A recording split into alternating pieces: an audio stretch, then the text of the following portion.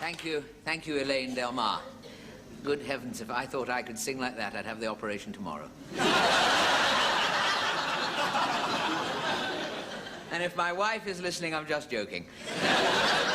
I have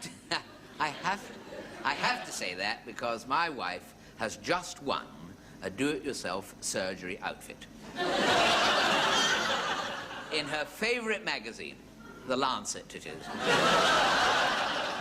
Or the Outpatients Weekly or something, anyway.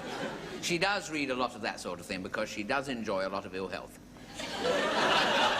There's nothing she enjoys as much as a bit of ill health. Mind you, when I think about it, and I often do, I suppose it's all something to do with the fact that her family have always been closely connected with the medical profession, you know, either as doctors or patients, you know. And sometimes both. For instance, her father, my wife's father, this is, was in the Army Medical Corps, and he met his end when he fell out of bed.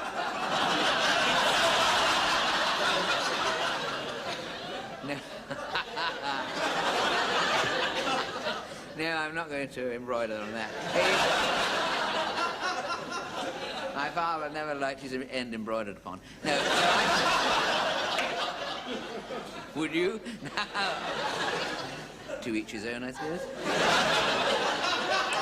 No, my wife's father, in the Army Medical Corps, met his end when he fell out of bed examining a patient. So that was... And he was court-martialed posthumously, and his ashes were reduced to the ranks.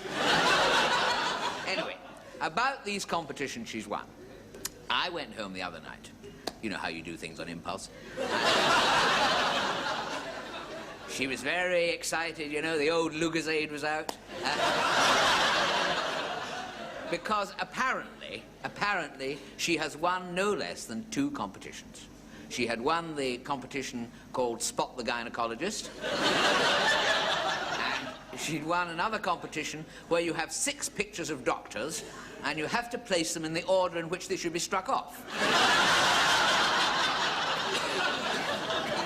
She's really, really thrilled with herself. She's won the 2 prizes. She's won a prize. She's won an evening out with a male nurse who has his end embroidered upon. And 2, she has won Have 2 of your friends certified for Christmas.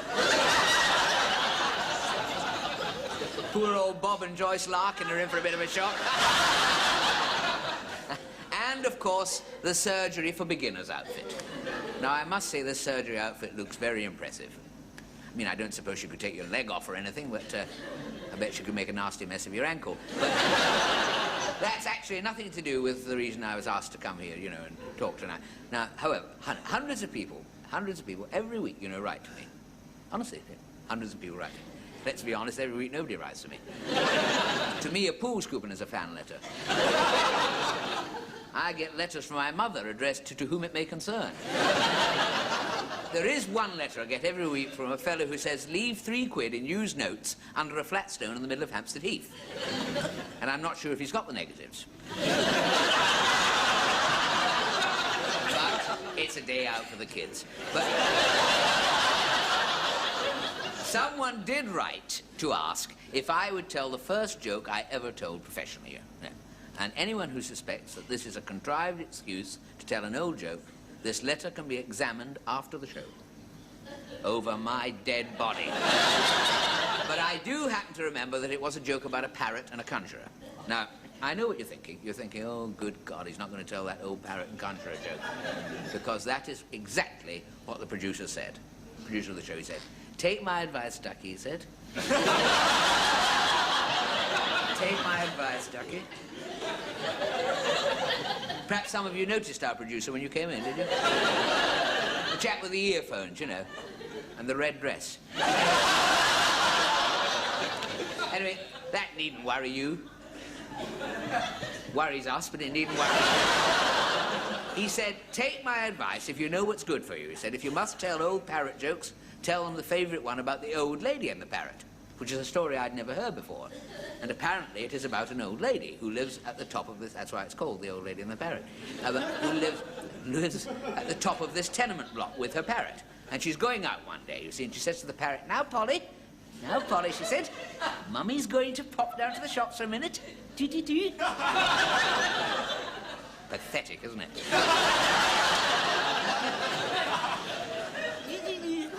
Nothing like an old lady talking to a parrot.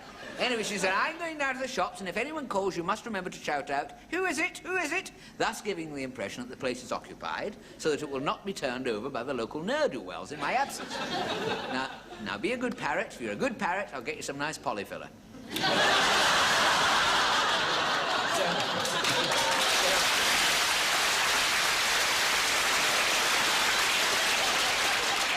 So off she goes, silly old fool, and who should knock at the door? Who should knock at the door but the insurance man?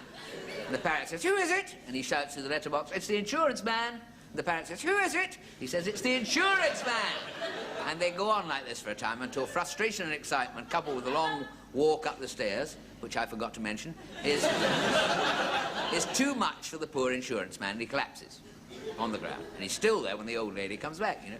And she looks down at him lying there, and she says, who is it? And the parrot from inside shouts, it's the insurance man!